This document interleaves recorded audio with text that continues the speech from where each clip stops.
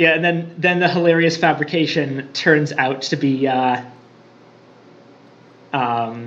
the exact thing that actually really happened.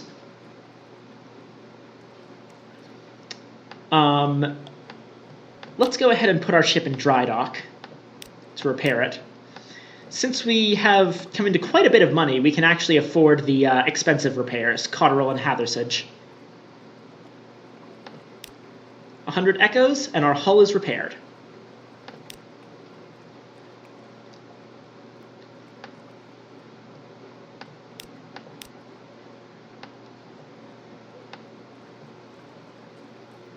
And now we have some stuff to tend to. First off, since we now have over 1,000 echoes, we can purchase an elegant townhouse. A good address on Hollow Street. It won't be cheap. You have your crew cart your things from the blind helmsman to your new address. If anyone respectable calls, they'll pass as servants.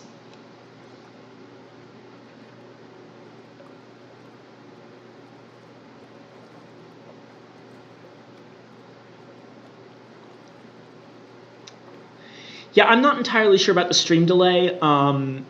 The internet I have here on campus is not great, but I'm doing my best here, and hopefully it's getting through to you.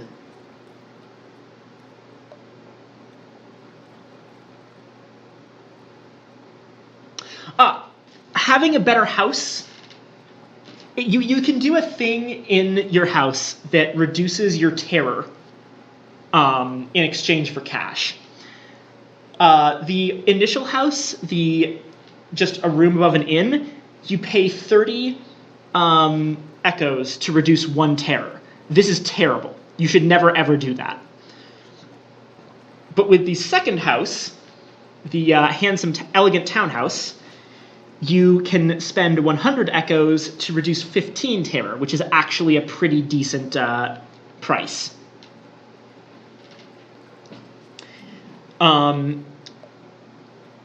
The mansion makes it much more expensive, so you shouldn't do that unless you're specifically going for stuff. But yeah, you can rest in your elegant townhouse. 100 echoes, reduce your terror, heal 2 wounds, and give you 2 restful nights. Take the air in Tyrant's Gardens. Take coffee at Caligula's Coffee House. Take advantage of a Z captain's reputation. You could get used to this. And see, our terror went down by 15. Let's do this one more time to get our terror down to 12, and that's good. We can also sell our townhouse for half of what we bought it for, but... Oh no, it's not staying in your house. It's just like the opportunities that having an elegant townhouse gives you for certain levels of social advancement. And bills, stuff like that.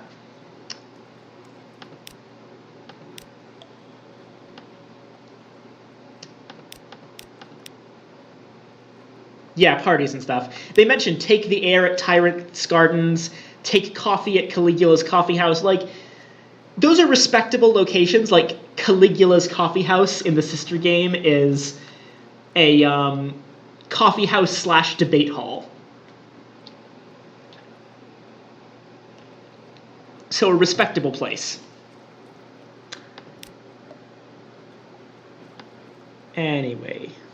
We can also, now that we have an elegant townhouse, visit our study, which allows us to do certain things. First off, and this is very important, we have to write a will. Should you die, this will ensure that your heir retains your lodgings and any heirlooms you've accumulated. Oh, you're asking about echoes? Oh, am I happy that someone asked that question? What are echoes? Okay, so basically, the thing that took London under the ground is called the Echo Bazaar. That's Bazaar, a marketplace. Echoes are the currency of the Echo Bazaar, and they are essentially banknotes, but instead of working on the gold standard, they're echoes of other currencies. So they're based on the fluctuations of the world market.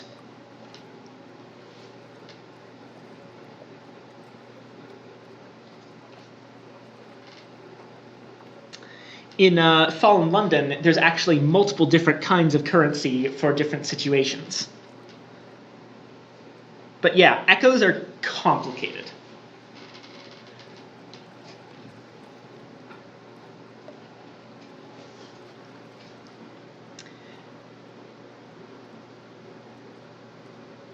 Anyway, let's write ourselves a will. The lawyer peers at you like a vulture composed of crocodiles. Okay, I'm just going to stop for a moment to pretty much just... I just want to highlight that line. The lawyer peers at you like a vulture composed of crocodiles. I love this game. Come now, she creaks. There's a few years in you yet, but your caution does you credit. Sign here. No, ink is fine. This isn't the brass embassy. And Frog, Fallen London stream when? Fallen London stream never, because it is a browser game.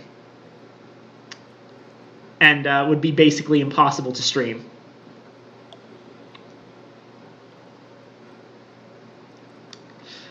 But also, Fallen London is free to play.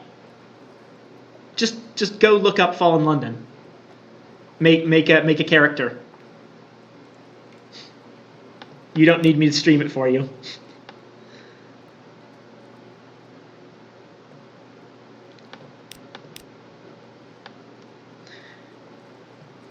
As for other things we can do,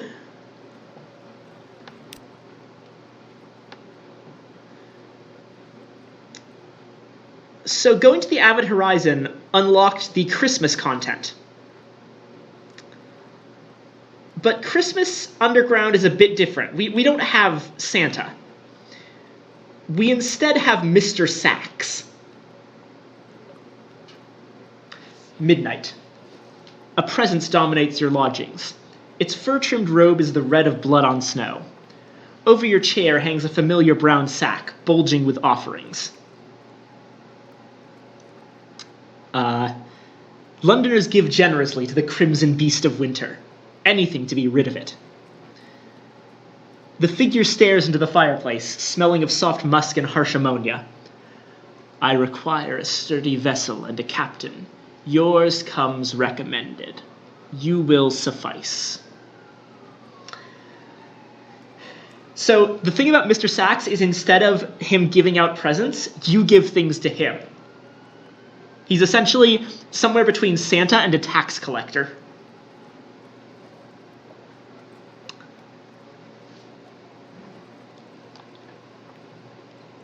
However, I am not going to start this yet because essentially this entire quest that he sends you on is extremely time sensitive. No, you cannot romance Mr. Sachs. Zeno, that literally is what Mr. Sachs is. Breaks into your house and demands gifts.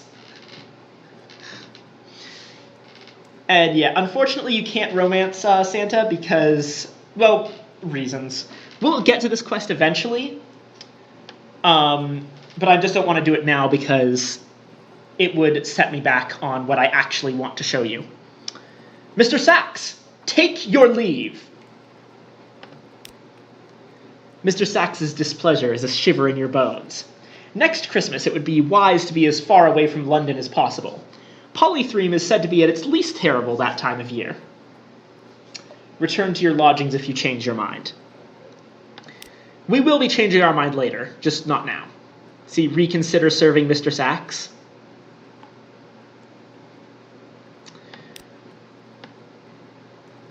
I'm going to save this for later, but this is essentially, we can one time per captain get a tattoo that cures terror and gives you a stat boost.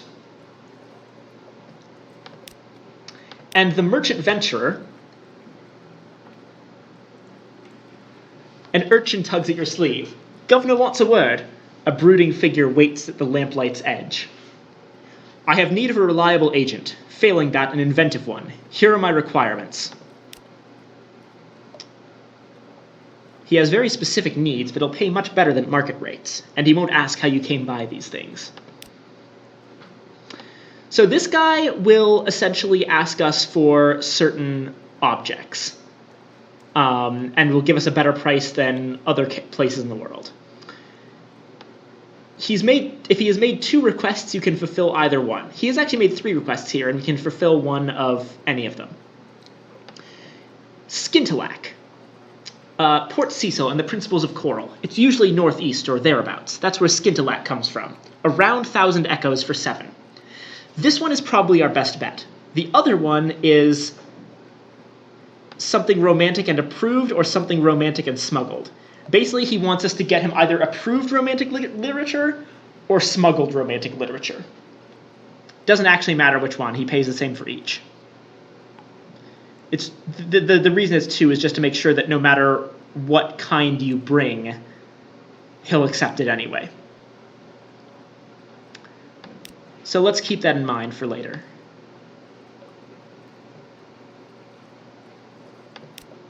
And with that, we should shop at London, of course. Buy some supplies. Buy some more fuel. And set off again. We will once again be going down to Port Carnelian to finish the submarine quest, but then we'll be doing some stuff that's a bit more interesting. I'll also try to take a different route so that... Yeah, that's exactly what I'm... Oh! Thank you so much for reminding me, Frog.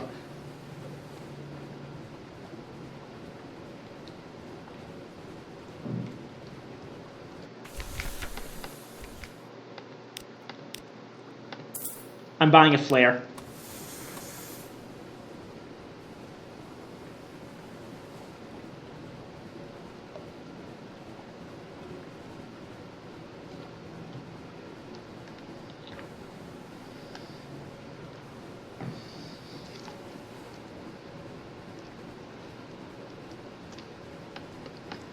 This time we're going to go directly south from London and see what's right below it.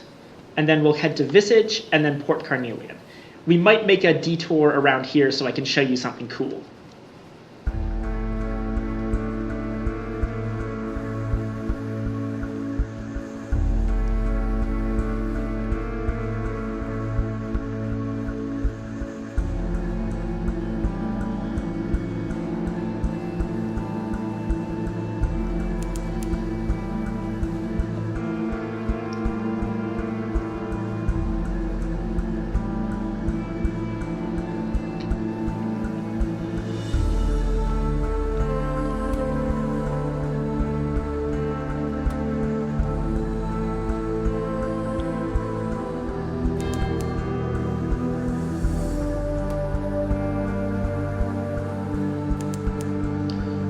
So we'll just go around following the coasts. These are the marshes to the south of London. To explain a little about how the map works, the coasts, which are the south and west sides of the map, never ever change. They always are structured the same no matter what. The north and east sides of the maps do change, but only like in terms of what specific things are in what position.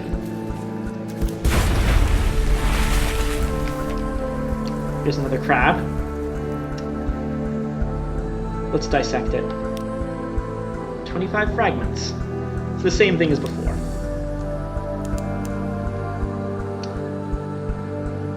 And we've discovered the Cumian Canal.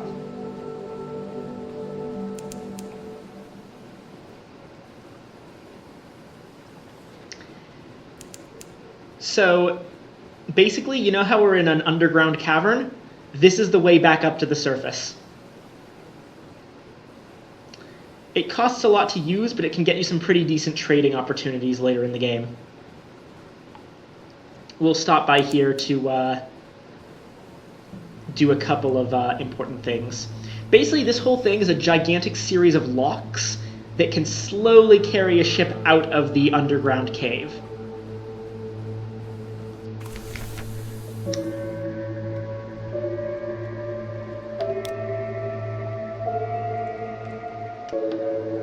We can gather information for a port report. Many ships pass this way, but perhaps you'll pick up something they missed.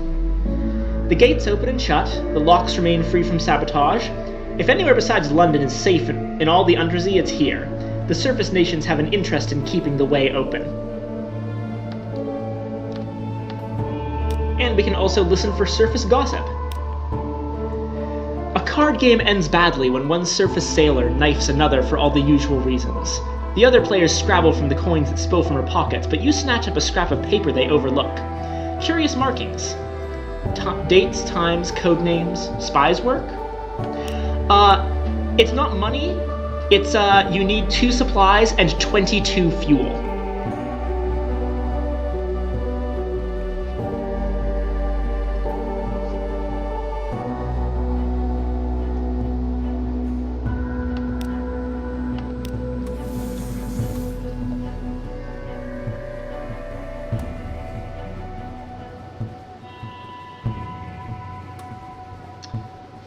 Skirt past the Iron Republic to do the Visage storyline. Then we'll go and get a jellyfish.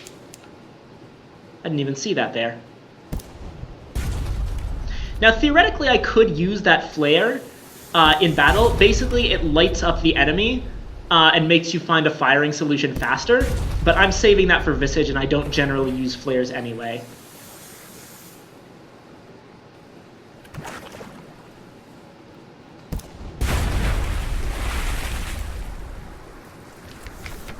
As a note, the text on the face in the Jellyfleur's dome actually changes once you've been to Visage at least once. It looks very like Flourishing of Years, the grand shrine face of Visage. Something about the eyes, the sternness of the mouth, perhaps only that it stares at the roof, just as Flourishing of Years does. Now it dissolves. Next time we go to Wither, we'll be able to afford the muter salt that we need. But we're not going to be going back there for a little bit because we have more interesting things to do. Yeah, the game is very open with... You know how in programming you have to keep track of a lot of variables? One of the things that I think makes Sunless Sea really interesting is that it's very open about tracking variables. It tells you when a variable has changed in story.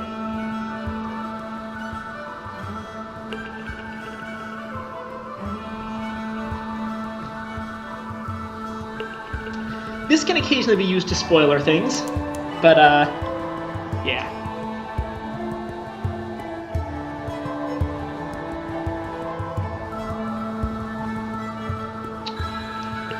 If you look at my, journal here, this is basically where all of the, variables are, either here or in the hold, which are these things. So it's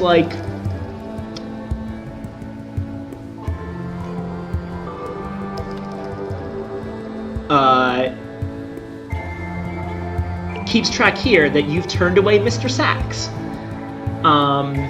It keeps track that we are 7 points towards earning the Acolyte's favor. At Station 3. 3 trading in long boxes. Not only is it really good for knowing what you have to do in the game, with explicitly telling you, but having all this stuff in your journal is actually a pretty good way for you to look at your journal and immediately know, oh, this is what I have to do.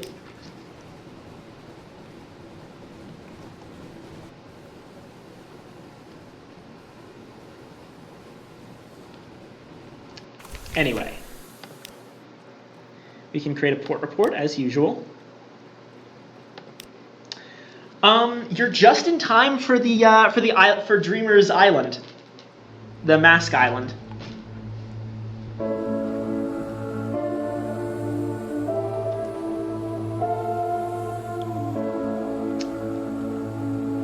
So, once you set foot on Visage, you may be here for a little while.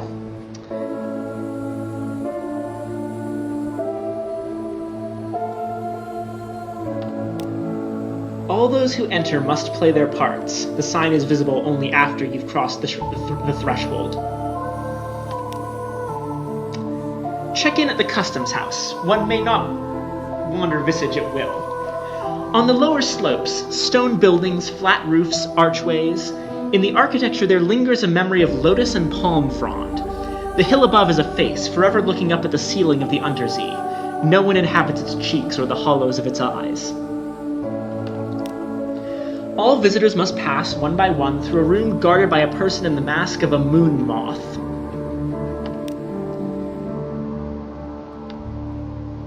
So, we can ask to go about without any mask, ask the significance of the masks, or choose one of the three masks.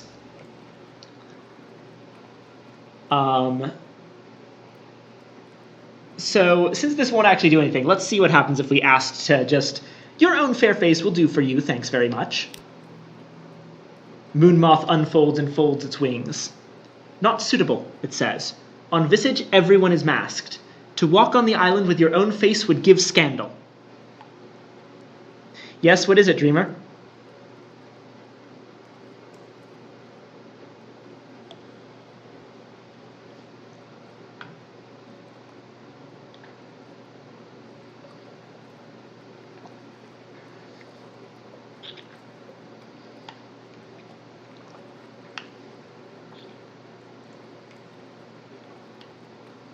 It's fine, it's fine. How about the significance of the masks? We've got a frog mask, a locust mask, or a bat mask.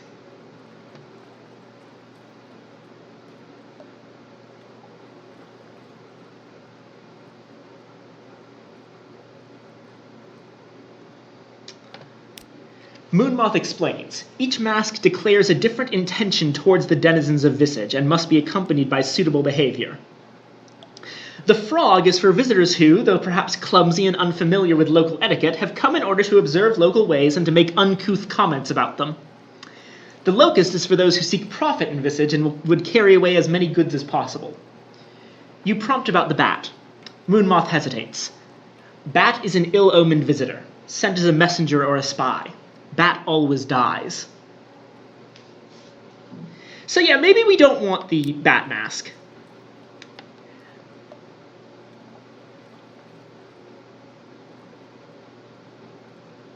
If you guys insist.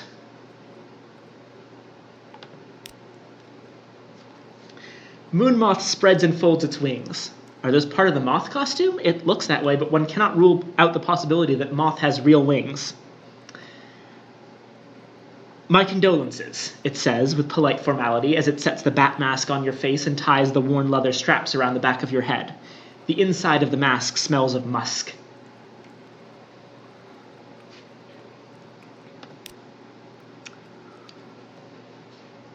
On the lower slope, oh yeah, we already read that bit. So we can visit the Library of Parts or the Flood Court.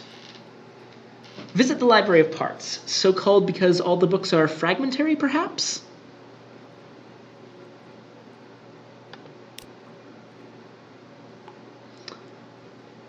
A room of heavy stone, guarded by a golden statuette of a woman with outstretched arms. The scroll niches sorted to correspond to a variety of masks. The jackal and the lioness, the crocodile and dung beetle. A woman in the mask of a lotus blossom is standing at a lectern, reading in silence.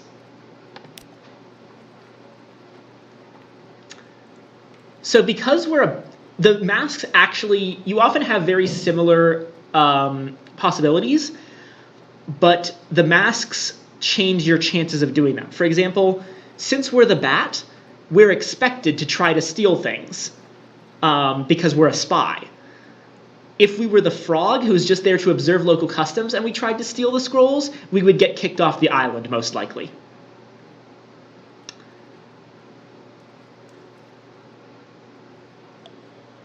So what's the purpose of this room? What sort of parts are they anyway? Moonmoth explains. People think it means something like Library of Fragments, but this is wrong. The parts in question are like parts in a play. This is where the denizens of Visage come in order to learn how to perform their masks more accurately, more completely, with a truer spirit.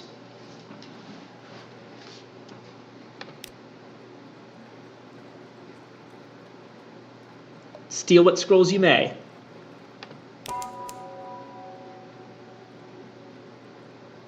Oh dear.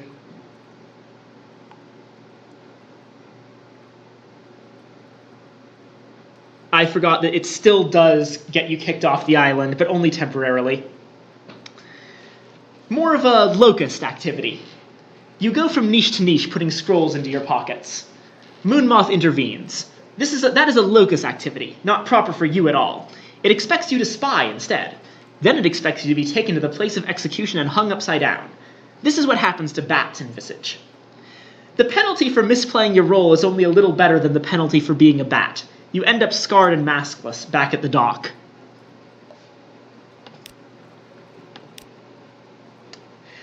Don't worry, I'll be here after we get the submarine, and we'll try again. So yeah, we misplayed our role. And yet, bat because they hang you upside down. The frog mask, when you make your dumb foreigner observations, the frog mask amplifies your voice to a huge croak. But yeah. Let's also check out the Isle of Cats while we're here. We were not able to get here last time because of too many enemies. But the Isle of Cats is interesting. It's a place with a bit more lore. Isle of Cats, where there are roses. A scatter of yellow-lit honey dens and brightly painted alehouses. To the southeast rises the stone tower of Cavendish Abbey, its ramparts hung with crimson and gold banners. There are sailors from all across the Neath hauling cargo, dicing and brawling good-naturedly on the docks. The air carries the sound of sea shanties sung with more enthusiasm than skill, and the smell of roses edged with brimstone. Let's make a port report. Though the Isle seems at present beyond the reach of the Admiralty's laws, that does not mean that the Admiralty lacks interest in their activities. You spend half a day observing the docks and note an astonishing number and variety of ships. Was that a Connet Trimaran? I don't know how to pronounce that word. Nestled beside a vessel from the Iron Republic? The dockhands complain loudly that they have never been busier. The caddies talk ceaselessly and carelessly about smuggling and piracy, but even the most hardened sailors lower their voices when they mention the king. They go even quieter when they talk about the Rose Garden. You make careful notes. Perhaps the Admiralty will understand what they mean, even if you don't. Welcome to the Isle of Cats, the wide-eyed dockmaster says brightly. Would you like to bribe me not to write down your details in this nice official ledger?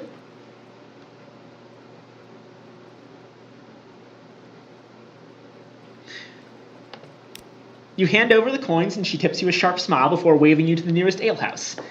The entire process is straightforwardly corrupt and pleasingly efficient.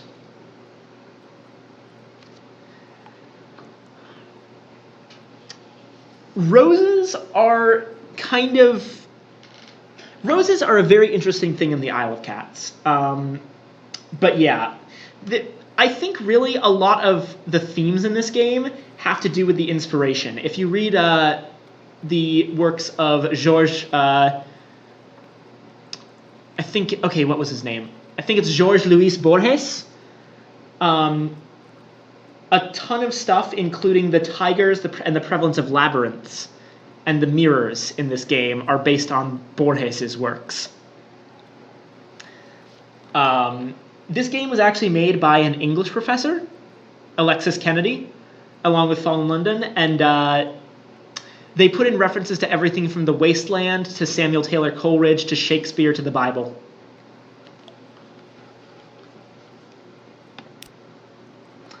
Anyway, the Rose and Tiger. The alehouse's sign is a tiger painted the color of rose petals. Someone has gone to great trouble and expense to gild the creature's eyes. They look out over the port, feral and unseeming. A caged hive of lamplighter bees hangs from the ceiling, like a chandelier. A few sailors give you hard-mouthed, asserting looks, but mostly ignore your presence entirely. Significant tokens. The caddies all wear a pair of amber stones threaded around their necks or pinned to their collars. "Cat's eyes," one of them says, "for the Pirate King." As far as you can gather, the Pirate King's name is Leopold, and he controls all trade on the island. Half of the caddies believe that he can take the form of a crimson tiger and creep into their dreams. The other half suspect, more prosaically, that he simply eats those who displease him. Yeah, Leopold's a pretty good name. Clandestine doings, a whispered conversation, the clink of coins, an exchange of goods. You turn your head as though you were admiring one of the moldery draperies hung from the wall. A vial flashes in the buyer's trembling hands. He uncorks it, pours a few drops of thick red liquid down his throat. The vial drops to the floor. When you look back up, he is gone. You blink and look around. Nobody else seems in the least perturbed that a man disappeared from their midst. You pick up the fallen vial and examine the traces left inside. Sticky honey gleaming with a redness entirely unlike blood.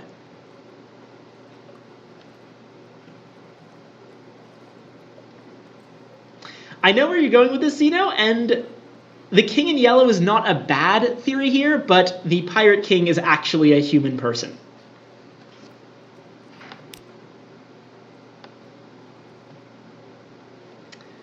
Religious observances.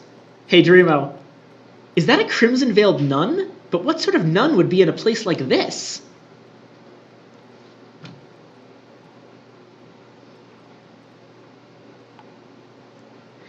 Yeah, business.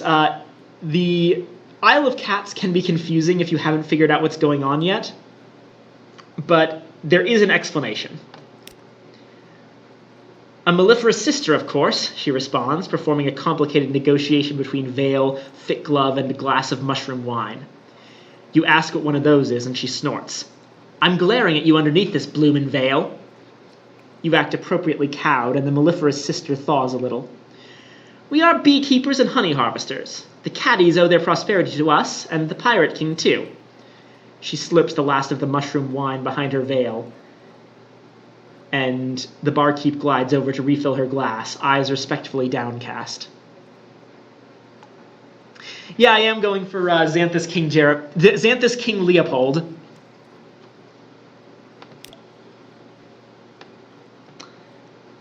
There must be more to the Isle of Cats than drunken sots and Z stories. The barkeep stops you before you reach the door and hands you a brooch set with 2 amber stones. He waits impassively until you pin it to your clothes. "Everybody wears the cat's eyes here," he tells you, moving aside to let you pass. "Just a friendly reminder that the Pirate King is watching." It seems no place, then, is truly lawless. Yeah, eating red honey is a terrible, terrible idea.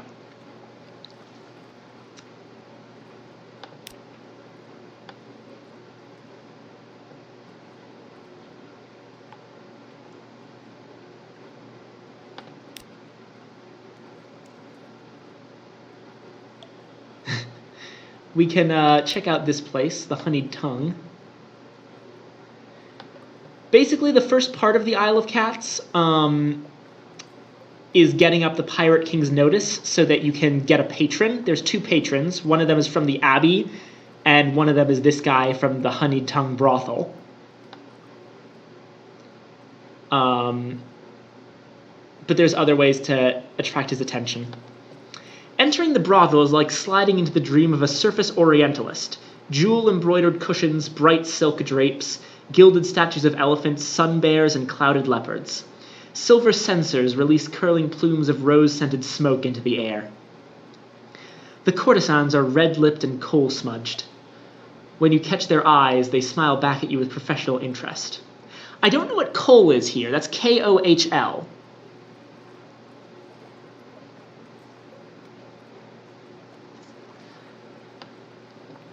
Here's something that should be fun. Ask what red honey is. You know, of course. Only the particulars may have slipped your mind. One of the nearby courtesans' eyebrows lifts infinitesimally, but his reply is practiced. When lamplighter bees suck the nectar of the crimson strain of exile's rose, they are driven to madness. They enter the brains of humans and harvest their memories. He shudders as though imagining the process himself. Those memories are instilled in red honey. Each sip is a burst of memory on the tongue. Deliciously awful, isn't it? He flutters his dyed feather fan. So yeah, red honey is memory juice harvested from actual human brains by bees.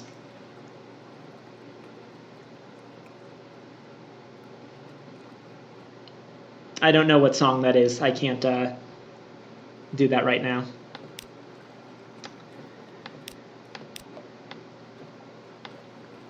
And the other place is Cavendish Abbey.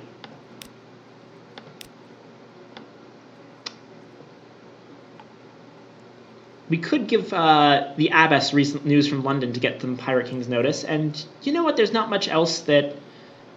Actually, no, we can exchange recent news somewhere else that we're already going. So, that's the Isle of Cats for now. It's, not a great place. Like, Guider's Mourn was a pirate, place. This place is also heavily associated with pirates, but this is a much worse place.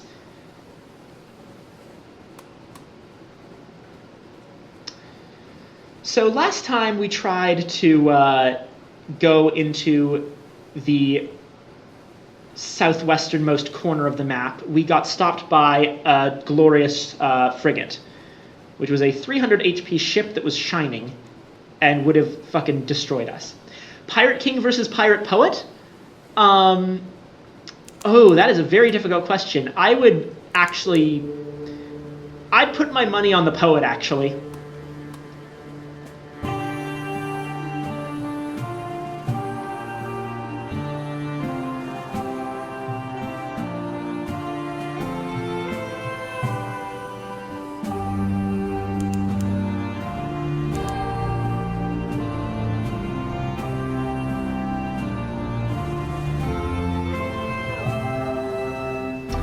So, oh, the music? It's called Hope is an Anchor.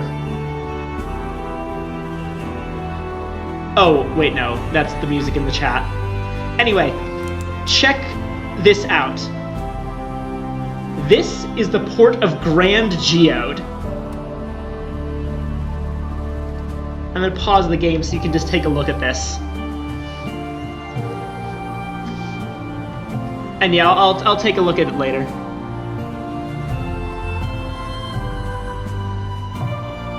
Oh, Voltaire! I think that's,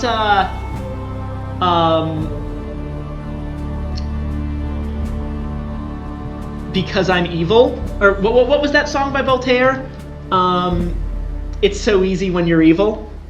But yeah, this is a city, or a location, more like a port actually, built in the middle of a geode.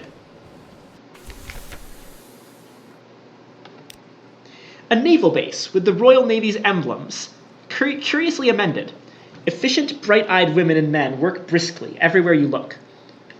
They are singing, hymns with unfamiliar words. Hard-faced Royal Marines watch you carefully, barring entry to the geode's heart. A plaque by the docks has been defaced with orange paint, but you can still make out the original inscription. Station 5, Adjunct. Let's make a port report. Take discreet notes, the Marines are watching. Ask to speak with someone in authority. What is this place? The Commodore may be able to give you a few minutes. The Commodore shakes your hand warmly. He's a handsome, open-faced fellow in an immaculate Navy uniform. His office is equally handsome. It overlooks the glittering interior crystal cliff. It must be as well lit as any study in the Neath. He deflects questions about the purpose of his installation. Classified, you know. But smilingly offers you tea, biscuits, and mineralogical anecdotes. The biscuits are good, but the anecdotes rather blend one to the next. You find yourself nodding and then jerk suddenly awake. The Commodore is smiling. Your cup is empty. You feel well. Very well. A little euphoric, even. Come back soon, he says softly. We've lost 5 terror, gained a memory of distant shores. We have 1 memoirs, a sunstroke. You've spoken to the Commodore in Grand Geode, but your memory is a little hazy. And we have a new menace, yearning burning. Basically, this is how much sunlight is, how much you're addicted to sunlight. Why did we get that here? We'll have to see. We can also pick up a first officer here for absolutely free. A dark spectacled woman marches up to you in some haste. Captain, take me with you. I am no longer welcome here, and I will show you where we need to go. Here I am. Ship, I suppose, is both always here and never there, because there becomes here.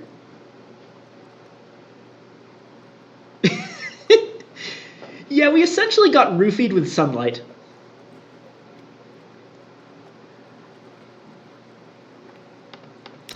Let's take a look at our new officer.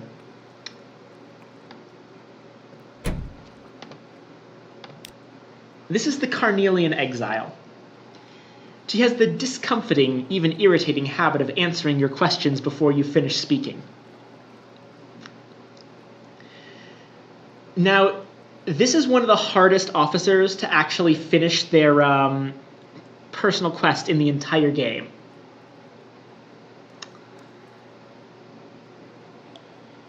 Because remember when I talked about that one ambition that makes you fuse with salt and become the god of travelers? That ambition is her personal quest. Getting her can kickstart that. But before you even start it, you have to have a Searing Enigma, which is an extremely rare item.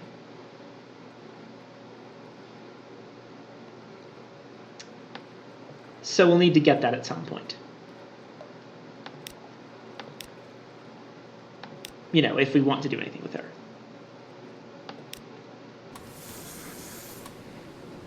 All right, guys. Let's not get too. Fair enough. You know what? Actually, I can't blame you. Everyone, basically, all of the officers in this game are very waifuable to a certain extent. And there's that frigate again. But luckily, we have a fog bank, which means that the frigate will have trouble actually seeing us, as long as we keep our lights off. And it saw us. And that's not a frigate, that's a dreadnought.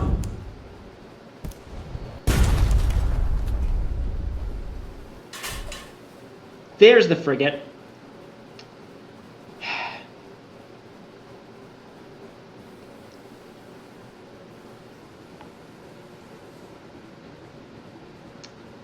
All right, at least we made it to Grand Geode.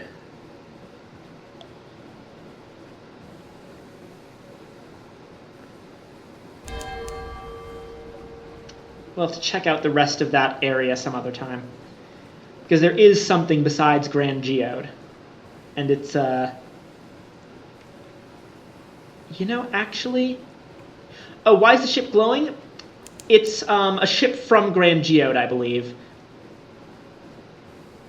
No, you just have to not run into the ship. I actually might be able to... If I go around the bottom... Yeah, if I go this far down and skirt the coast, I'll be able to get to the place we're going towards. And yeah, there's a...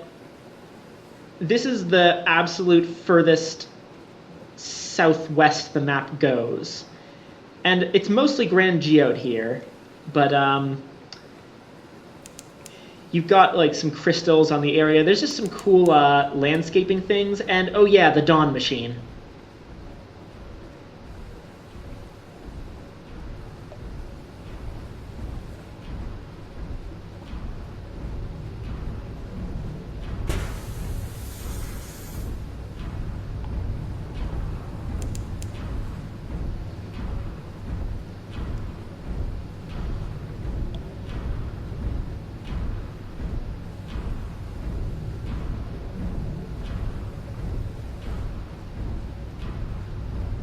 The sun, the sun, the sun, the sun, the sun.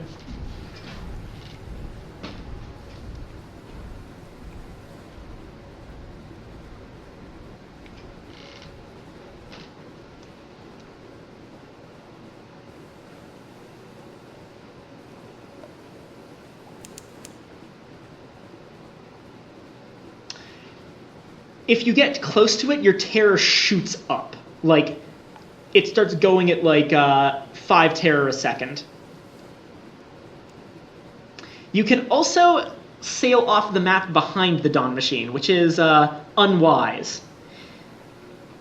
I have not found a way to date the Dawn Machine, but by God, I am trying.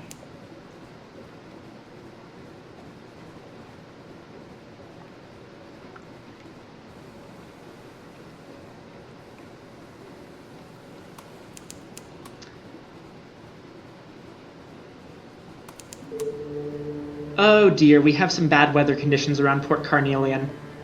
You see those brown clouds? That's the wax wind. It's wind made of wax. And it slows our ship down if we go into it. I'm trying to skirt around the edge of the storm, but unfortunately there is not.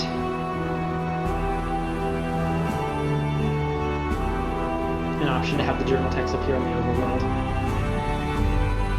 Yeah, honestly, if it were ship clouds or fart gas, that would be easier to deal with, but no, it's wax.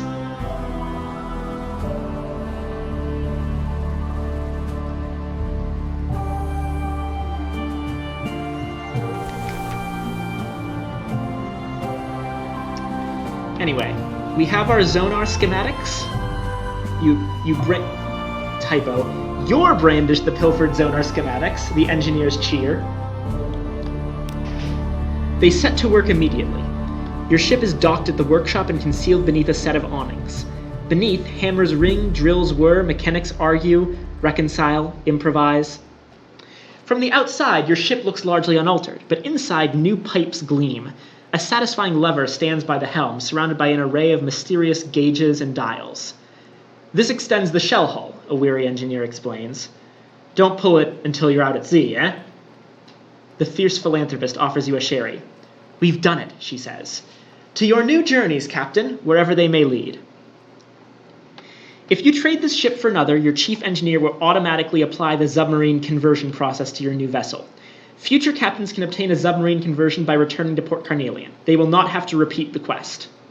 Basically, doing this quest as the first member of a legacy gets you the submarine upgrade permanently just by coming here.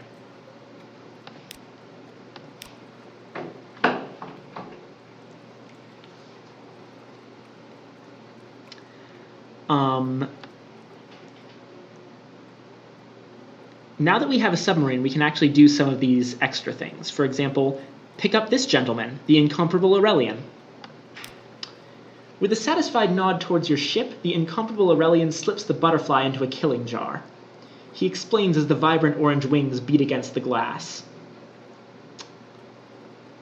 You've been beneath the waves, I see. Actually, we haven't yet, but we have the ability to. And I trust you've seen tyrant moths as well? We have not. Fine creatures, but nothing compared to the regal kin, the most moth. I know where to find it, and with your ship we can see it hatch. He gazes down at the butterfly, now still. Take me down to the undercrow, and I'll show you something worth preserving forever.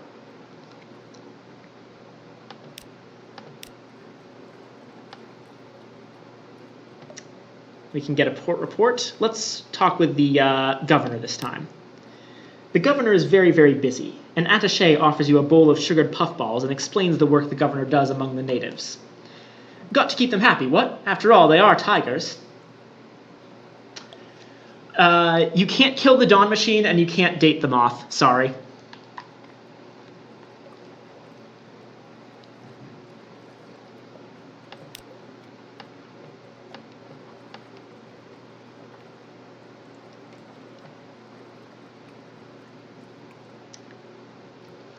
Yes, unfortunately, that one Layers of White Dojin will not be here.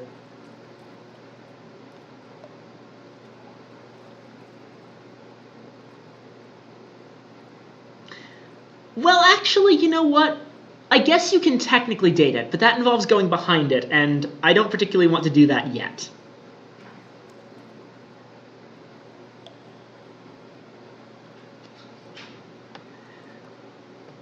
And let's pan for sapphires again. Still, the tiger there is still there asking questions about my nutritional value. Ah, dear.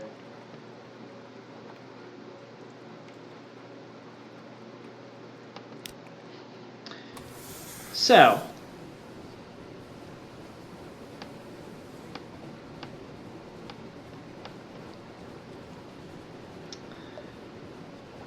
heading up to Visage, but let's give this a shot, huh?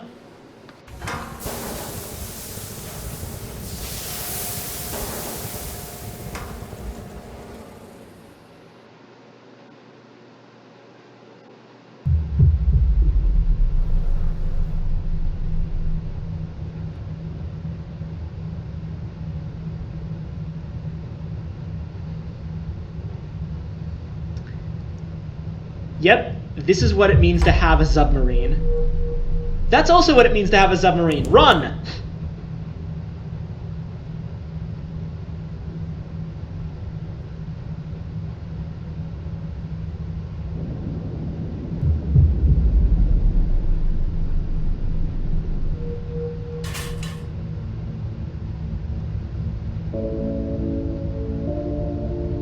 Fun fact, the music from the surface areas is still playing, but it's muffled because you're underwater.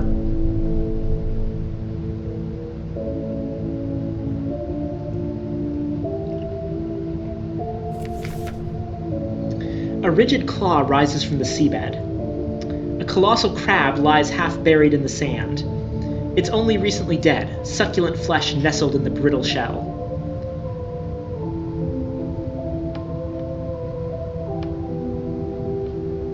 Yeah, sorry about delays, guys. I don't know what to do about that. It's probably my internet. Let's harvest the crab's meat for supplies. You lead a small complement of your crew out into the gloom. You work swiftly, shattering the claw and twisting the white meat from underneath. Your crew attack the shell with vigor and hammers, while your bosun marks the time in sevens. You return to your submarine laden down with crab meat. The broken shell is left to the Z.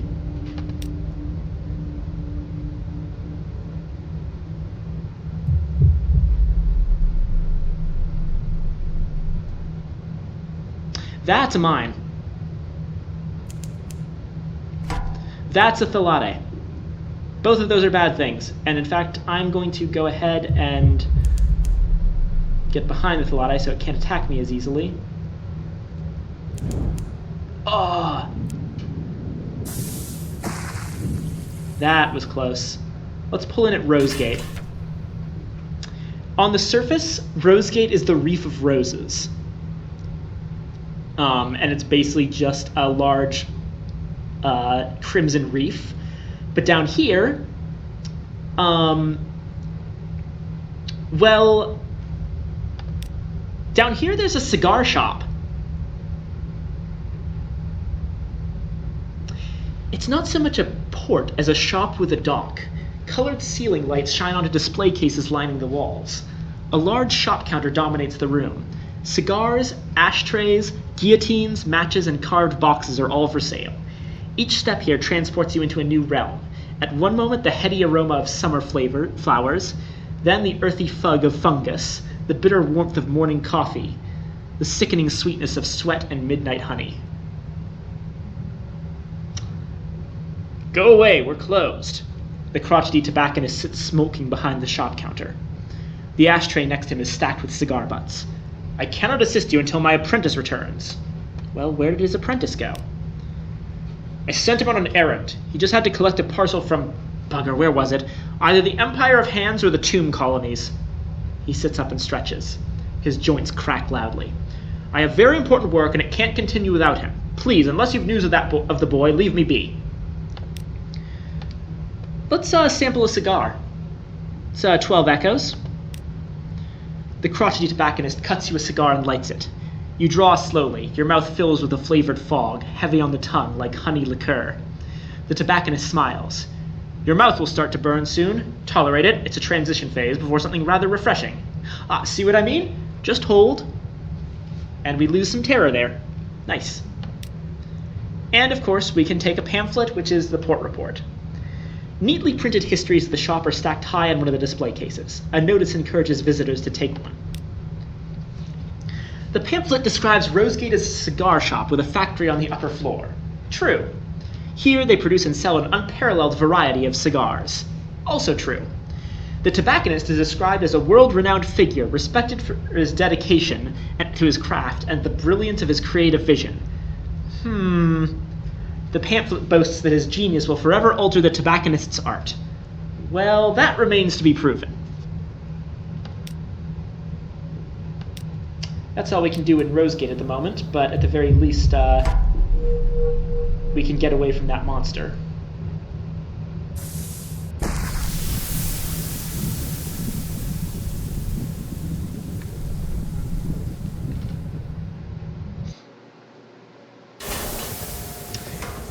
Yeah, honestly, the agreement of nothing of consequence is kind of a weak justification for the fact that submarines are DLC, and they weren't in the game for quite a while. Once you actually have a submarine, it's like the agreement never existed. The lookout shouts. Far above, the false stars in the cavern roof are shifting, a rare and ominous event. What now? We can forbid them to look, which is safer and won't get us any terror. Or we can record the change and assign a name, which could reduce our terror or increase it. 50% chance of success. I'm going to record the change. And, oh dear. 3 of the false stars wink out altogether as suddenly as closed eyes. The pattern that remains is as hopeless and meaningless as cast dice.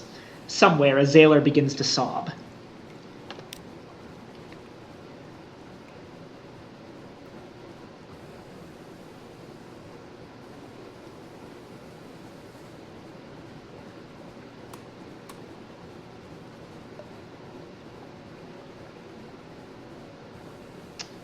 So going back to Visage. Let's try again this time.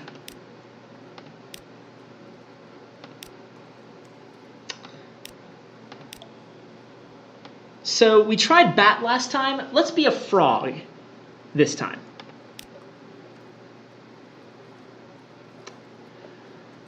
Moonmoth lifts the mask and places it over your head. The eye holes are large and they are fitted with spectacles. These improve your view of the environment, though you must look bulb-eyed from the outside. There is also a mechanism attached to the mouthpiece which magnifies any sounds you make, even your breathing. You start to thank the Moonmoth, and it comes out as a booming croak. May you profit from your visit in knowledge, says Moonmoth. Its wings fold neatly over its back. Let's visit the Flood Court this time. The Flood Court is a long stone room with 2 ranks of columns on each side. Currently, the court is ankle-deep in water, though water stains on the stone show that the flood has often reached higher, sometimes up to the height of your waist. In a raised niche at the far end of the room sits a statue of a man with the head of a ram. He holds a jar from which water flows out onto the floor. Now, this time, let's make a better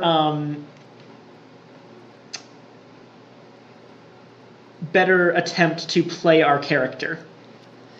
The frog is supposed to be the clueless, dumbass tourist. So let's tastelessly compare this room to other bodies of water. Frogs know water. Moonmoth watches inscrutably while you talk about other bodies of water that have impressed you more than this one. Deeper, clearer, colder, more densely populated with fish. Other denizens move away from you and towards one another. Your social function is well performed.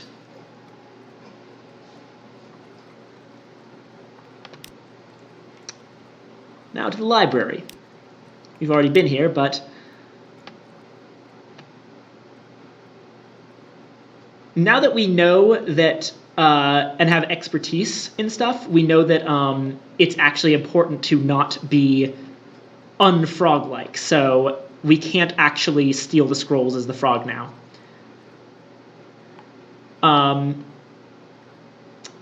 So we've already got the purpose of this room.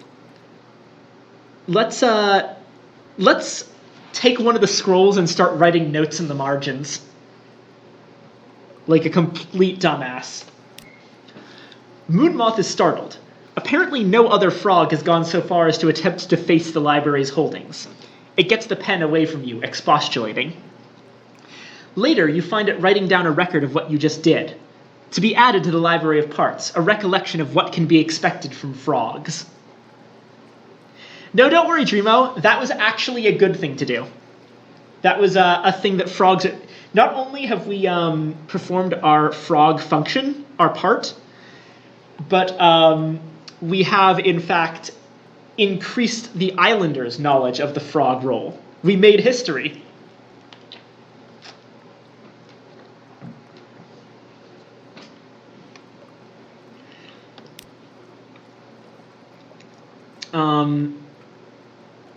Back to the flood court for... This time, let's show oafish enthusiasm for this wonderful indoor pool. Frogs like pools, right? You exclaim at how much you admire this room and its excellent pool. Your words are, as always, amplified into a croak. Other masks turn towards you, crocodile, lotus blossom, crescent moon, but no one speaks. You have garnered a suitable degree of disdain. Moonmoth quietly applauds your performance of froghood.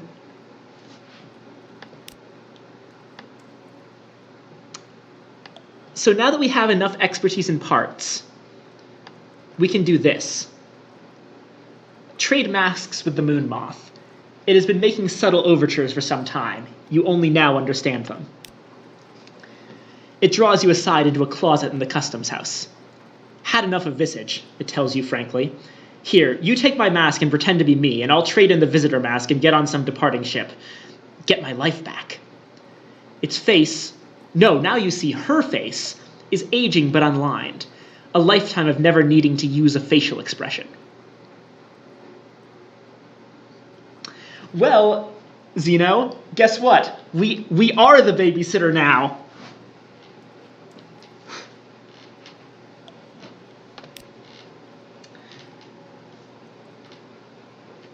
So now that we're the Moonmoth, we can go to other places, like the house of the Chief Geometer.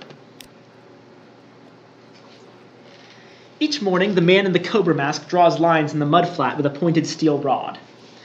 This apportions to each inhabitant a small trapezoidal area from which to harvest mushrooms and to scrape salt. No plot is ever preserved from one day to the next.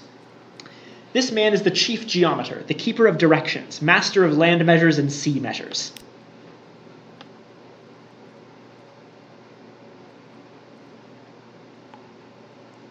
Now you have been invited to his home at the time customarily appointed for him to receive those who are not his equal in rank, yet not so far beneath him as to deserve to be ignored. What ceremonial gift will you bring? So we have a whole bunch of possibilities of bringing him things. A string of rats, a necklet of lapis beads, a poem concerning snakes copied onto a new scroll, a comb made of bone, fresh candles, which I don't have, nothing, or just don't go.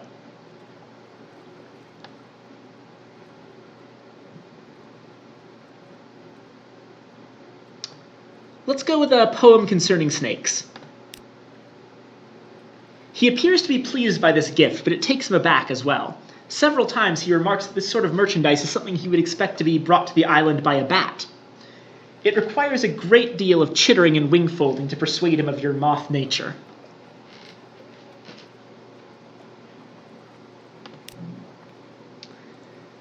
How about the side of the face? The stone cheek of flourishing of years is visited as a pilgrimage by the inhabitants of Visage, and if you are in good favor, you too may go. You must, of course, wait until your work with this day's crop of frogs and locusts is complete. It would not be suitable to bring them along.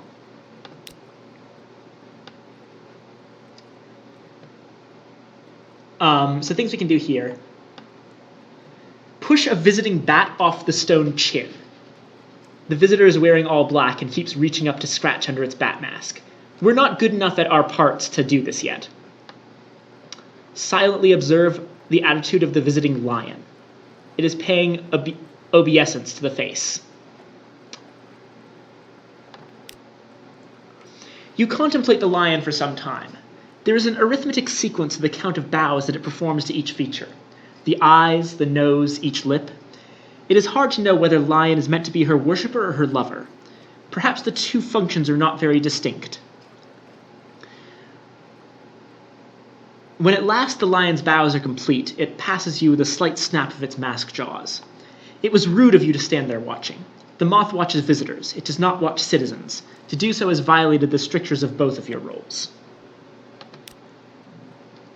Luckily, we don't get kicked off the island for that. He's just mad at us. And the Temple of Apis, the wounded god. In the center of the temple is a black bull with a white diamond on its face. It is tied in place with heavy ropes, and it is wounded in the thigh. From this wound it bleeds copiously without dying.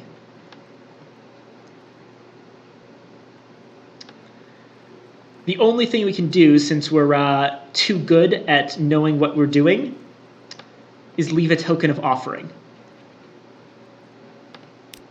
The tokens are small and not very valuable, as suits your lower rank in the community. The priests arrange them on a table with other small items. As you go out, you pass by the more impressive gifts: drafting tools from the chief geometer, scales from Jackal, a heap of foreign coin brought home by Crocodile. And finally, enter the Hollow of the Ear. It is a place of still greater pageantry. This is a journey of several steps and may conclude your current visit. It is a festival day. The great stone face has been illuminated from forehead to chin with blazing torches, so that the profile is visible from the side more clearly than you have ever seen it. Flourishing of years is awake, says the genderless figure in the crocodile mask. So, all the denizens of Visage are walking towards the ear together. There is a place in the procession which belongs by right to the wearer of your mask.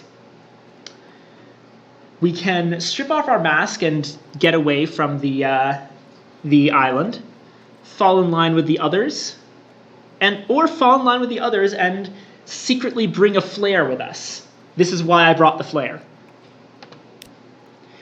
It is a risk to bring it, but it would also be a risk to go without. You conceal the flare in the folds of your robe and fall into the procession.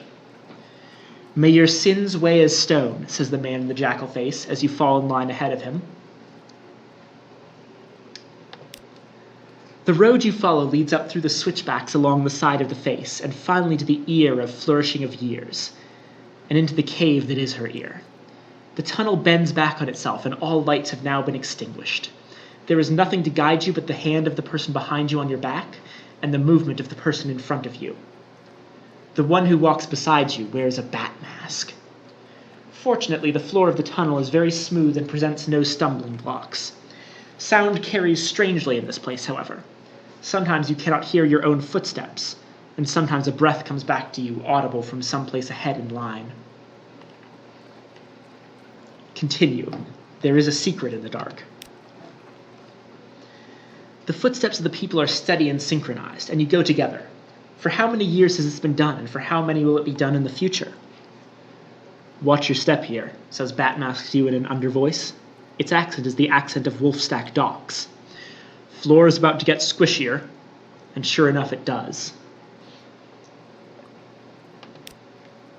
At last the tunnel opens out. You and all the other congregants spread out in a cavernous space. A voice speaks in the darkness, a ritual preparation. Here at the new year, we gather under the one mask of Flourishing of Years. Her face is turned to the gods. Protected by her mask, we may remove our own. Protected by her script, we may speak outside our parts. Here and there is the sound of people fumbling with ties and strings. Your own face feels different with the mask off.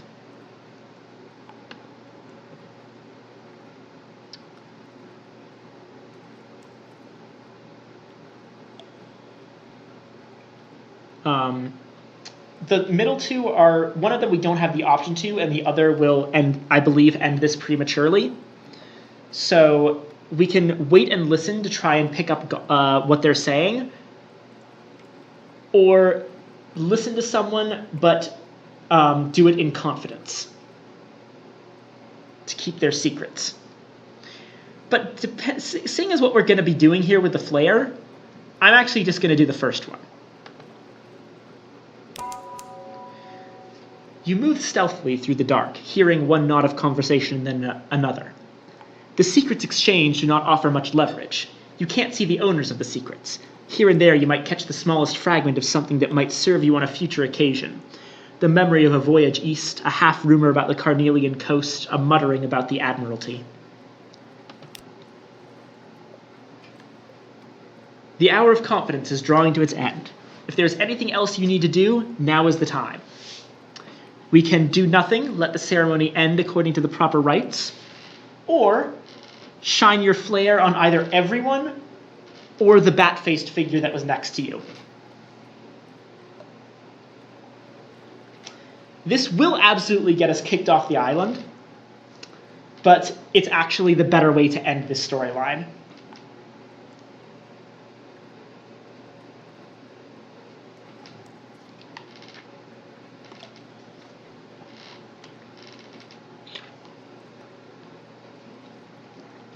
Well, you see, Kitty is an urchin, so she's not all that much for politeness.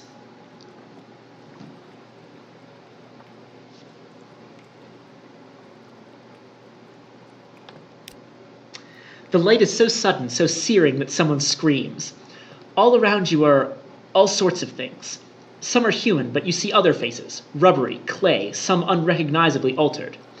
The chief geometer, with his mask off, doesn't seem to be bothering to wear a face at all. Many faces are wet with tears. No one welcomes the blaze of light. Someone throws a cloak over the flare. A mistake, because of course it only begins to burn. After that, someone manages to douse both flare and cloak. Who in this crowd was carrying a bucket of water? But it is put out, and someone's hands are clamped firm around your wrist. And that is the last you see of Visage. You are taken blind back to the docks, your face covered in a black cloth that is no mask at all. We got a searing enigma from that, one of the rarest items in the game.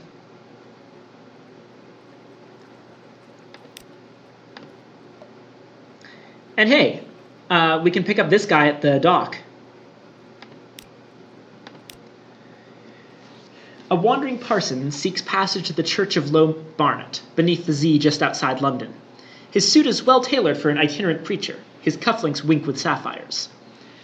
We can offer passage for money, which is just money, knowledge, which gets us fragments, or a blessing, which reduces terror. I'm going to go with money. Even men of the cloth take up cargo space. Of course, you have your running expenses, Captain. I'll be no trouble. I'm studying the religions of the Untersee.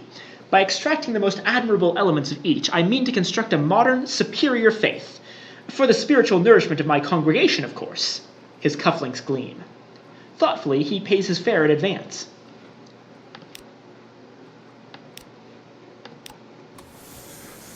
So that was Visage, everyone. Let's stop by the Iron Republic to pick up some fuel.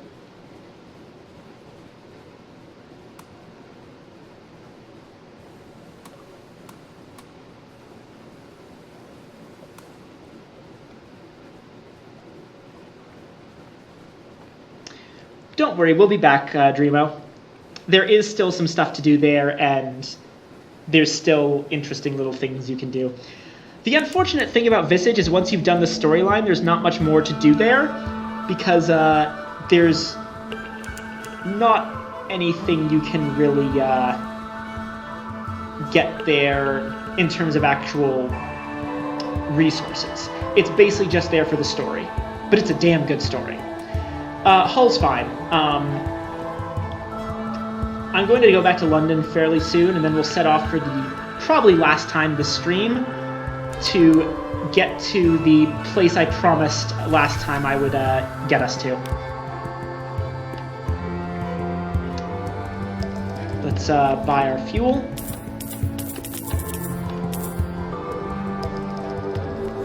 Though I might be able to... Let's get our port report. To record the Republic's events, it's like trying to sing wax or believe water. You do what you can. The third paragraph buds eyes. The date is fundamentally wrong. The full stops bite. You do what you can.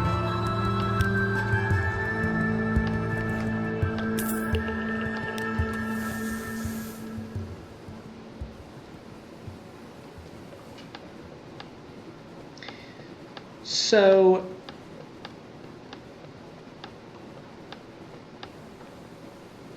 the place we actually want to get to now that I'm trying to get us to is going to be a bit further to the east.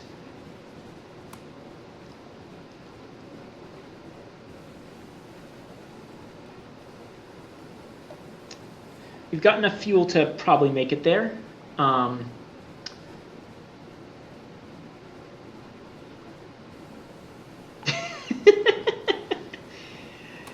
Visage is a fun place, isn't it? It's not my favorite place in the game, but it's a good one.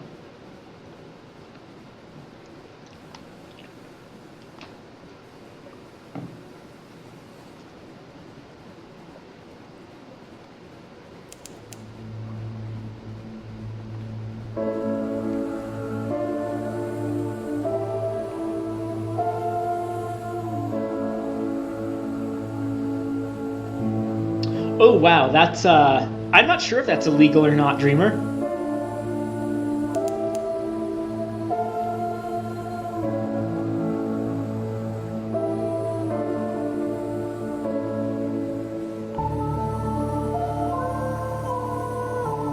My instinct is to say it is illegal, but Visage is weird.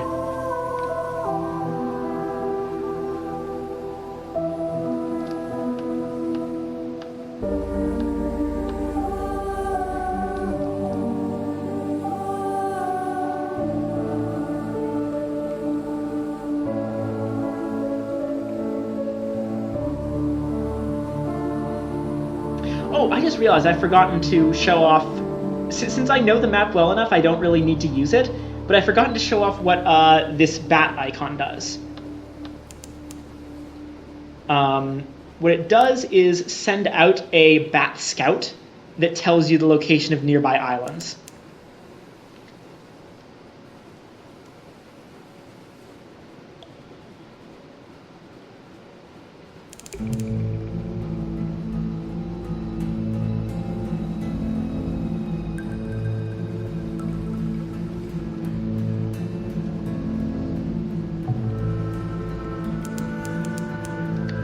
So the bat just told us where Fathom King's Hold was, and it's actually right here.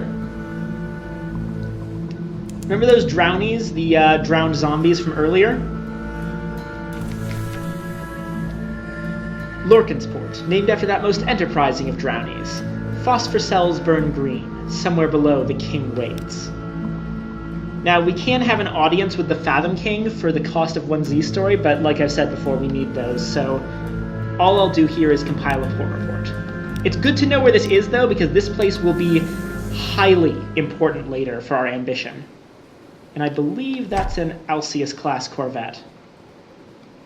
Yep. I'd prefer not to fight them right now, so I'm going to steam away.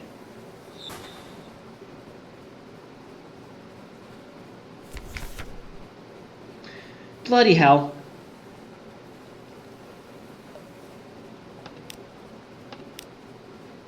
We lost some hull from an engine fire, but...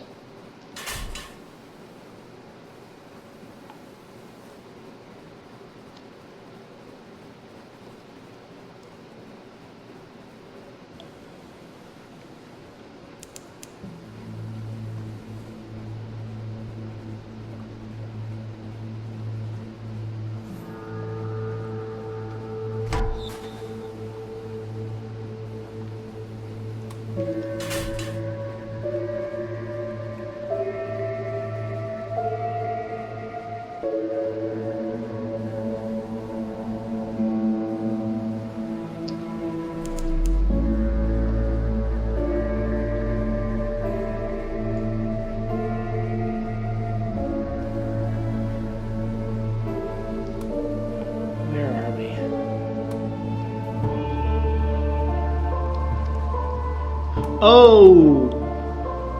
This is where we are. We're in the Sea of Voices. That's, slightly unfortunate. I was hoping we would get to Ratsey. We'll have to go north.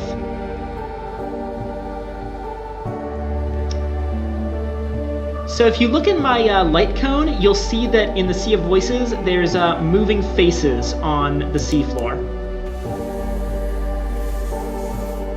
There, I, see ya, business. Thanks for coming to the stream. I finally managed to get stream recordings working, so you'll be able to see what happened later anyway. We also got to, we can also catch a fish here. Well, we theoretically could.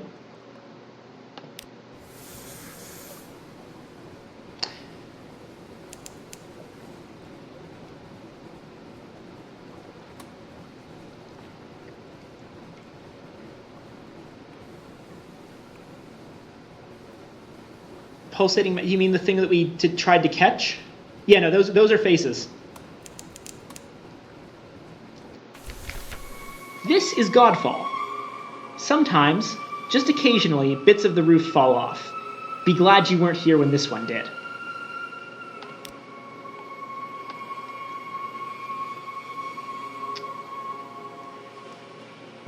Speak with the monks about their newest member. They escort you to his cell. Used to be a sailor, one whispers. We were hoping you could help us work out what's wrong. Oh, Zeno, what this is a stalactite that fell off of the roof. Yes, Saint Stalactite. Their chief interests seem to be wine, blood, and shouting. But yeah, here we go. We've got someone who used to be a sailor, and we hope you could help us work out what's wrong. An old bearded man sits cross-legged and naked in Godfall's smallest monastic cell. At the sight of the group, he flinches. His wrinkled skin is covered in faded scars. No more freedom, he whispers. 10 of the clock, we sweep. 15 past 10 of the clock, we wash. There are orders. There must be orders. No more freedom, please! A monk hands him a mop and bids him clean the entire chapel by first bell. The supplicant squeezes it tight. Yes, master, he whispers, tears of gratitude welling up in his eyes as he scampers off. There is an awkward silence. He should make a very devout monk, one of the others ventures, once we finally get him into the habit.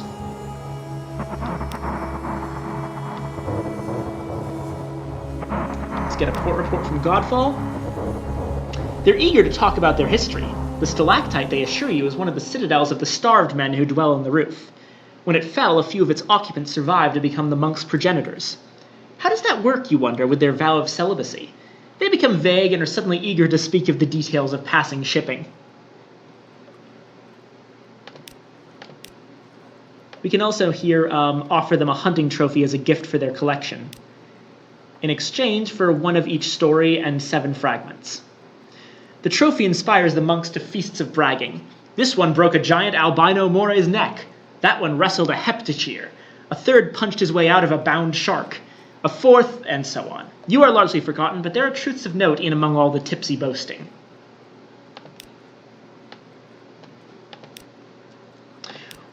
This is also one of the exploration locations in the game. We can explore the Shattered Citadel if we have enough candles, but we don't, so we can't right now. So you can see from the side that it is a fallen stalactite.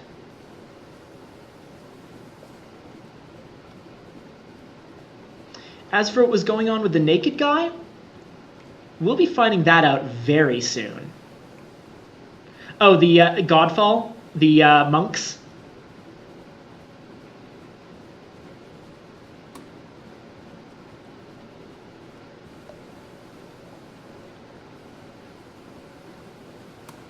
Oh, and you told me to dive, right?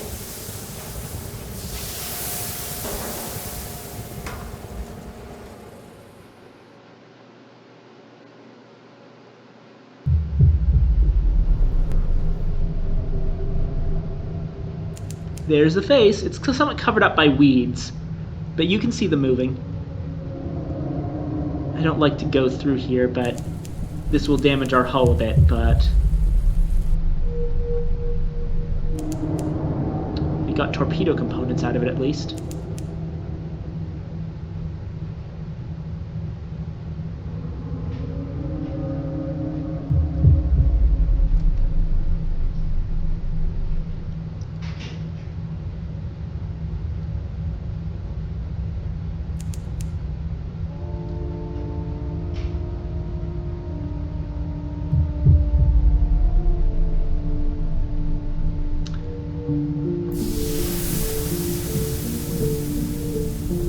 I should get up. I need to figure out where the hell we are.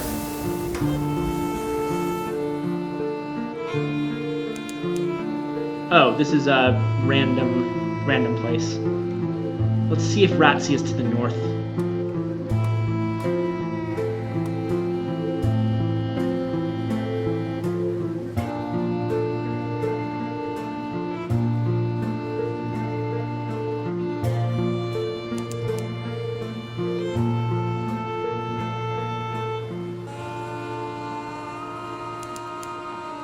Yep, Ratsea. Here we go. Oh, an obstruction is keeping us from diving. And here's Khan's shadow. That'll be good to know. We can get back this way. So, I've alluded to it. I've mentioned in previous streams about Horrible Fetish Island. I've said it's the best place in the game. Welcome to Nook.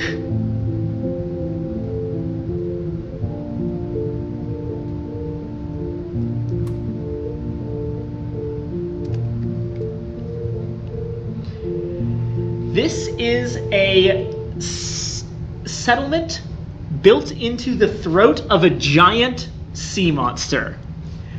Which means, as Frogmire suggested, I get to talk about Vor.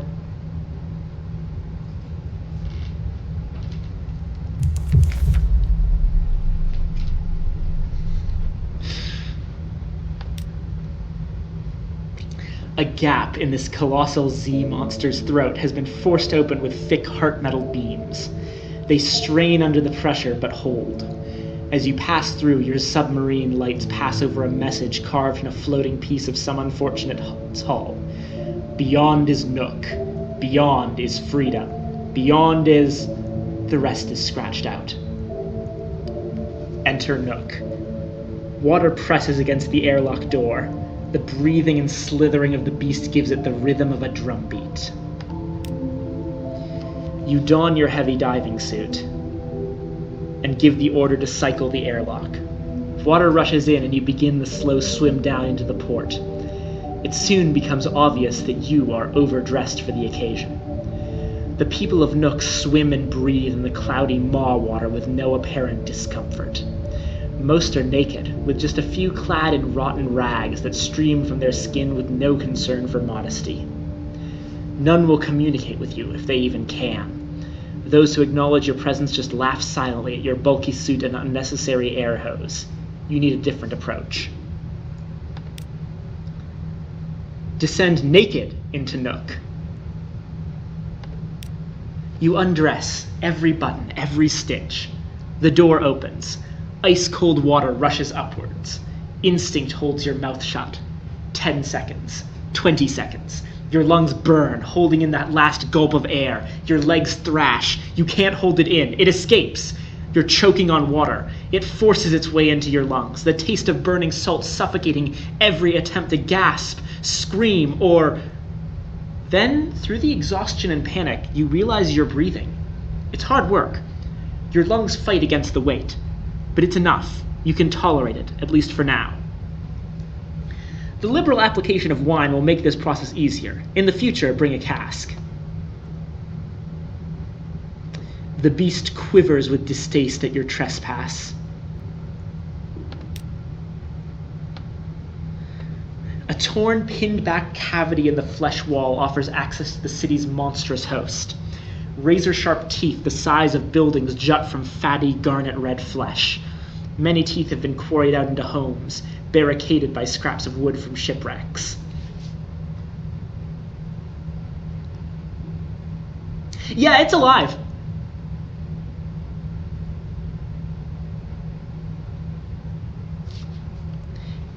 Let's compile a port report here. Ah, no pen. Of course. You'll just have to record what you remember when you're back in the submarine.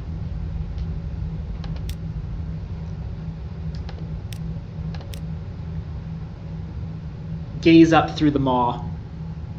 Not many sailors have seen the Z from this angle. Crunching, writhing beauty. Light glitters where the full stars shine on the surface of the Z, framed by the maw's dormant teeth. How ancient is this creature? What happens if it swallows? I'm not kidding, this is straight up Vor Island.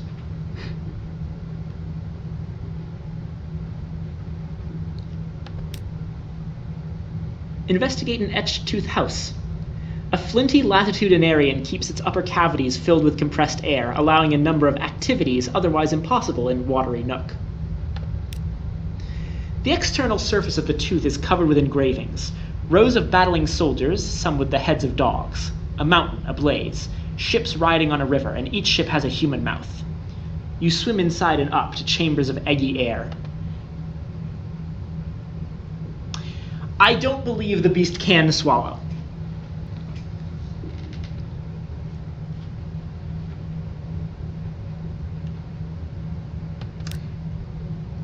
Keep in mind, if there is something there, then I haven't seen it.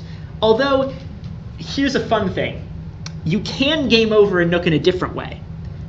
Basically, if you go down very low, which I haven't done this time, but I will do very shortly, you can swim through its digestive system.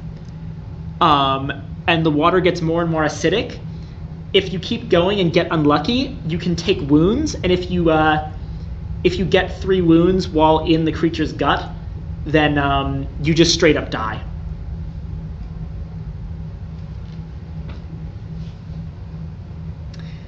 And we can here talk to this guy and trade our recent news for stuff. Yes, you really do get bored. In the cavities of his etched tooth home, trapped air pockets allow an activity largely forsaken in Nook. Conversation. A handful of Nook folk gather there to reminisce.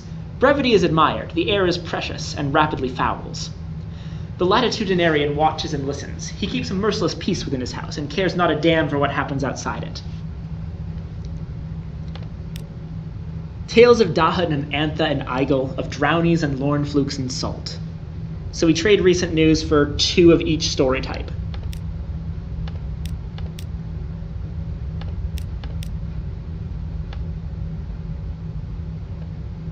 Let's attempt to mingle with the Nook folk. They may be friendlier now that you're fashionably undressed. They acknowledge your presence, but little more. Most shrink back, assuming you mean harm. Others deliberately swim just above you in a crude attempt at intimidation. They carry bone knives or tooth-tipped spears. A few gesture to you in welcome, invitation. It is unclear. The slightly glutinous water makes speech impossible, so the natives have developed a language of signs. You can interpret the most basic. A finger pulled across a throat, for example, is one of the more polite invitations to depart. And our lungs are getting bad, so let's go back. Return to the crew.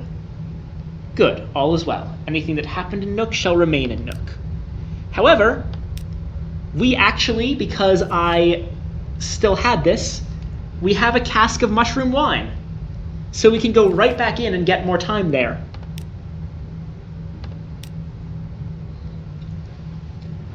Again, you remove your clothes and put them safely in the watertight diving suit compartment. As the water rushes in, you are ready, taking gulps to speed the transition. It feels less like drowning now and more like baptism. You swim into Nook with skin and mind tingling, reborn in the airlock's cold steel. We now have 6 things that we can do here. Last time we had 3 turns, essentially. Let's go down a bit.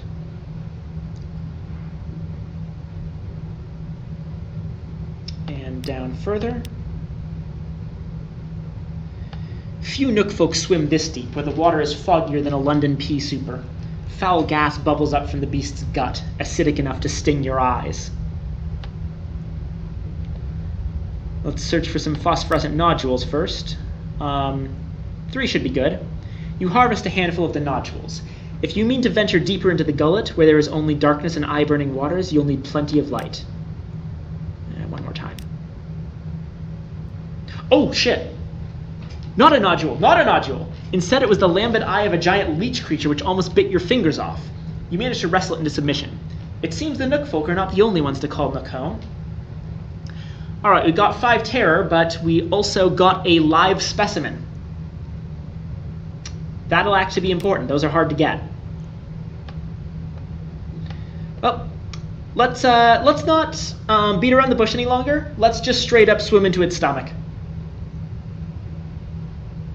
Down the writhing gullet.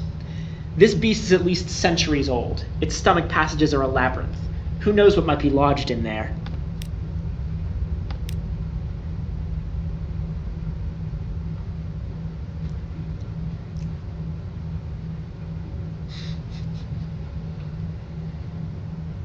Keep swimming down into the gullet. This will require increasing numbers of phosphorescent nodules. You may encounter different things on different trips, but it can only collect 1 treasure per dive. Down, down.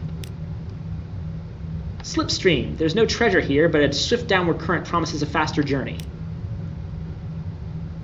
The current pulls you through narrowing innards. The water sours. Your descent slows.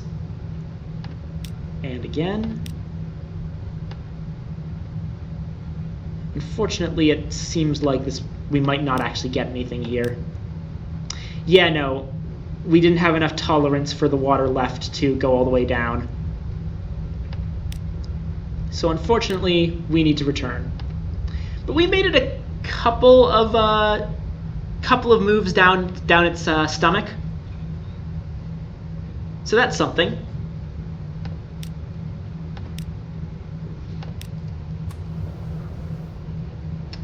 So that was Nook. And since my terror is above 70, I need to get out of the submarine as quickly as possible, or else it's going to show up.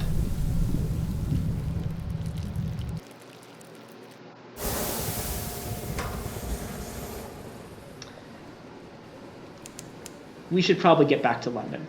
It's only a couple of areas away. But here's a fun place.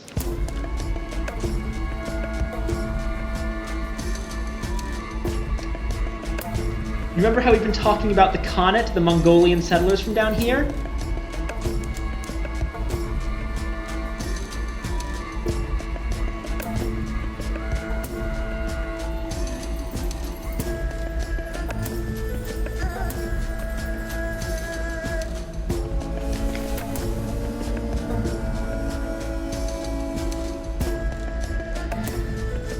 So what shows up at high terror underwater? Let me just tell you its name.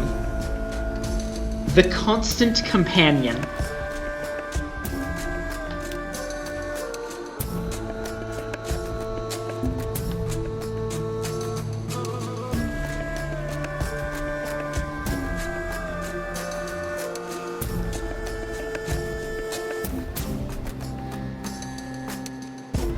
Yep, that is exactly what was following us in the logbook, Frog. Good eye!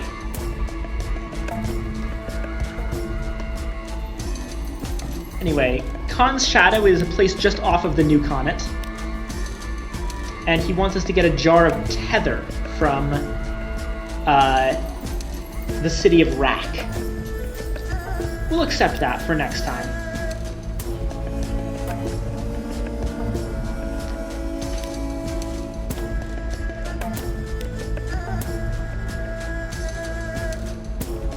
We've got a port report on Khan's shadow. And here's the shops here. One of them is Traveler's Friend, where we can buy some supplies and fuel for the trip back. They're a little more expensive than in London, but that's just the price you pay. This is also a place in the game where you can buy mirror catch boxes and sell them empty.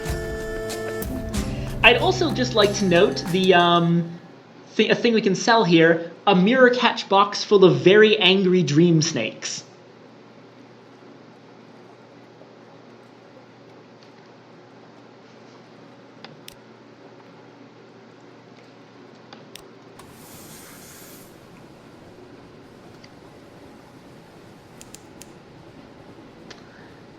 So just outside of Khan's Shadow, which is essentially a place outside of the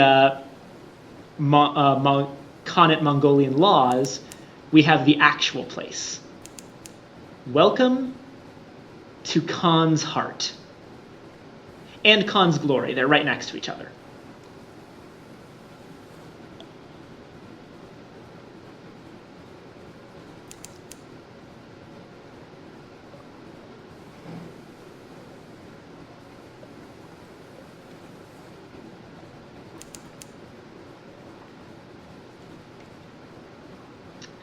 This is partially where the game's name comes from, because the focus on Mongolia is partially there as a reference to Samuel Taylor Coleridge.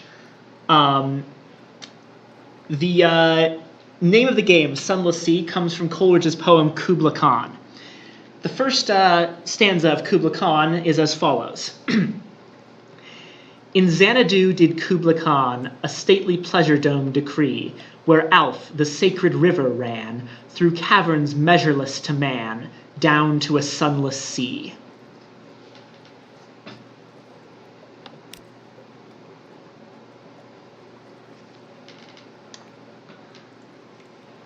A panicked wave. There's someone in the shadows trying to draw your attention with equal parts discretion and desperation. The impolite investigator shakes your hand with extreme vigor. Good day, Captain. When do we leave port? Can your ship outrun the Khan's best? Not that you'll have to, but it'll be comforting to know that you could. Let's take this guy's hint. We can get him away. I'll welcome myself aboard. Where's my bunk? He heads up the plank before you. He continues talking, expecting you to keep up. The Kaganians didn't seem to like me asking questions. Not many people do. It's made me unpopular in most ports. But there's still one I haven't tried. Could you take me to Hideaway? It's beneath the waves on the back of a gigantic beast. You cannot miss it. That's a different beast than Nook. And yeah, all we have to do really is go back to London, Dreamo, so the stream's almost over anyway. So no worries. It has been super fun having you here, and I hope you enjoyed.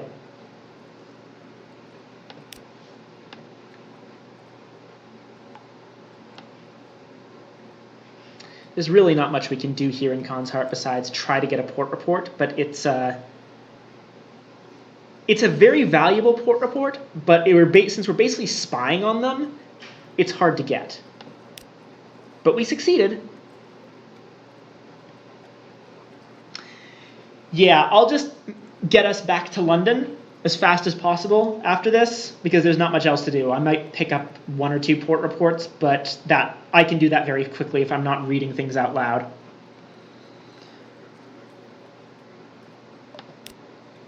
And I think that's it for here.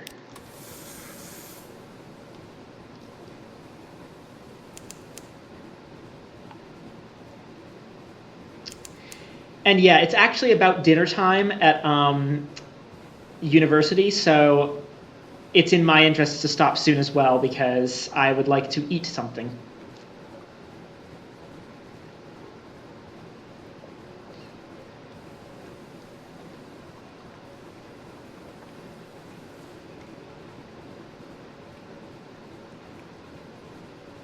I'm just glad I managed to get to Nook before the stream ended.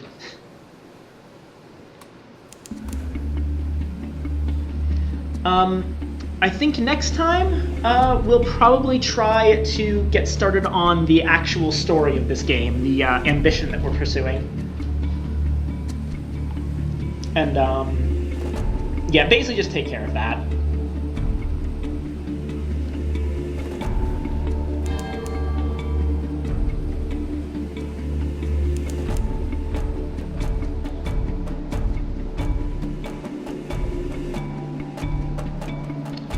Also, next time I'll try to explore the east a bit more, because there's a lot of cool stuff over there as well.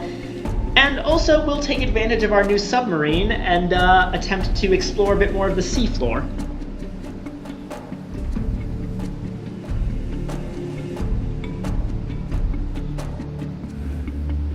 Alright, we're past the Corsair's Forest. We should be getting into... I think it's a generic area.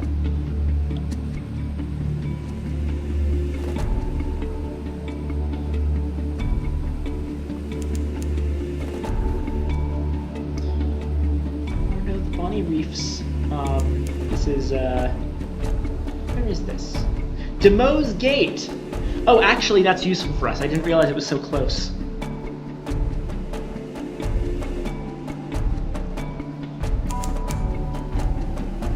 There's Demo Island. I'll stop there real quick to pick something up.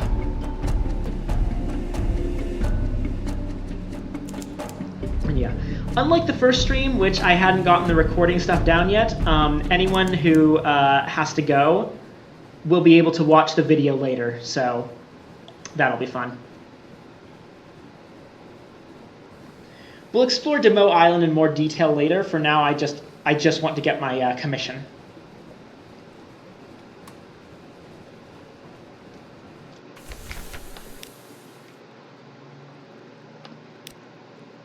And we now have strategic information and can return to the Admiralty. Port report. Explore the island a bit.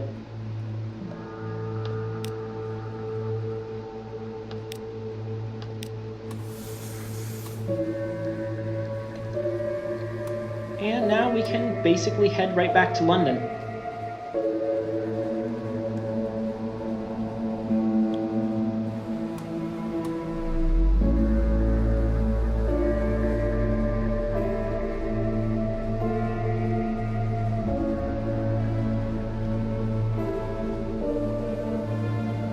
Past Moody's Light. Around Rowena's Rocks.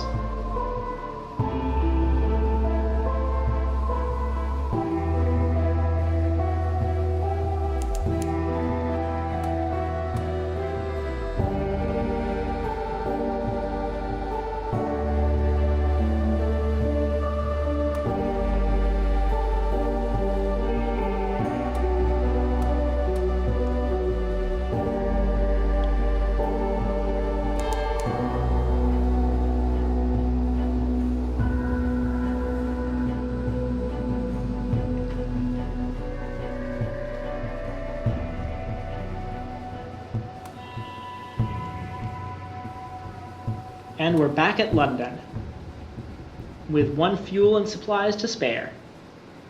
Good trip. Terror down to 50. And that's about it for now. I'll go ahead and save the game.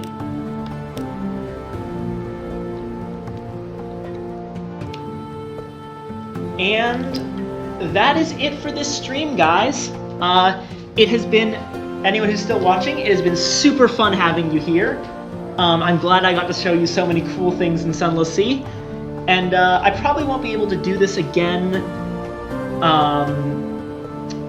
next Sunday because I have some responsibilities with my university's theater department.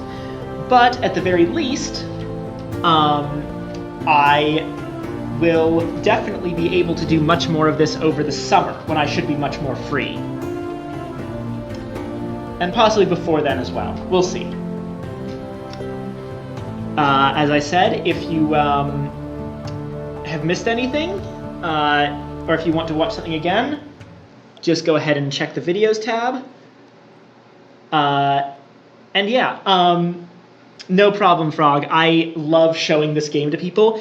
In the past, with some friends, like close personal friends over Discord, I have been so, like, absolutely adamant about them playing this game that I will straight up buy it for them. Because that is a valuable use of my money to me. But yeah, Sunless Sea is a great game, super fun, and yeah.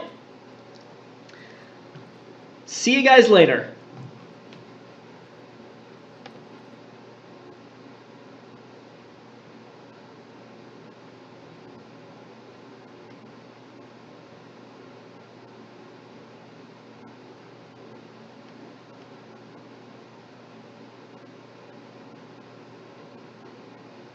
Or wait, shoot, is it still... God, it's still live, isn't it? I closed the game without stopping the stream. I'm an idiot.